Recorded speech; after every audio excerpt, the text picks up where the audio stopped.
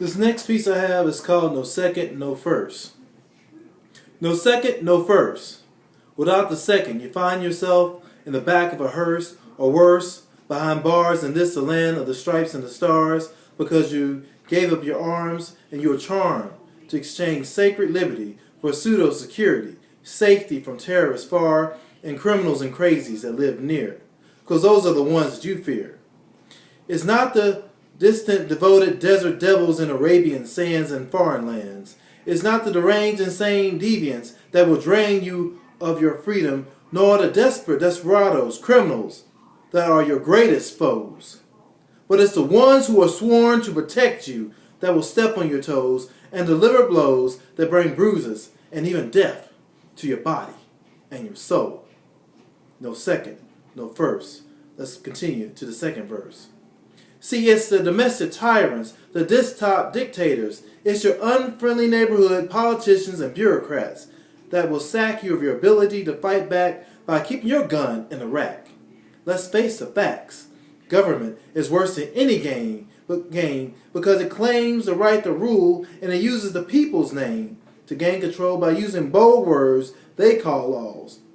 And they expect us to fall and not stand tall, and if we fail to take heed, they'll put us behind their walls. But for those of us who dare scold kings and queens who steal our guns and money and leave us only dreams, when we really need is a glass of water.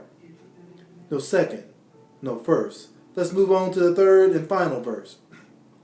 There are many defenders of the First Amendment, and they come from the left and they come from the right. And they claim the fight for our right to remain silent, but also our decision to speak.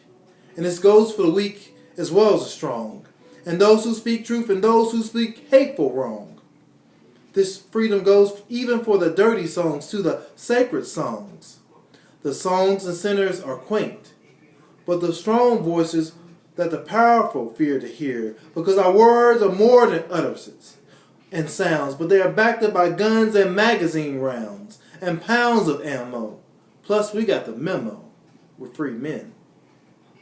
But we don't want to have to come to the guns, because that's not how we want the revolution to be won.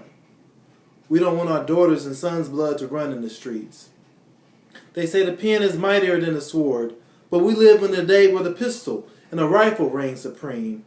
And it's now time for us to do our thing and bring the second and the first together as one, in order to weather the storms to get to freedom land, and demand and stand and be a man and not a mouse, and bounce this homegrown terrorist, the government that reigns and rules our house.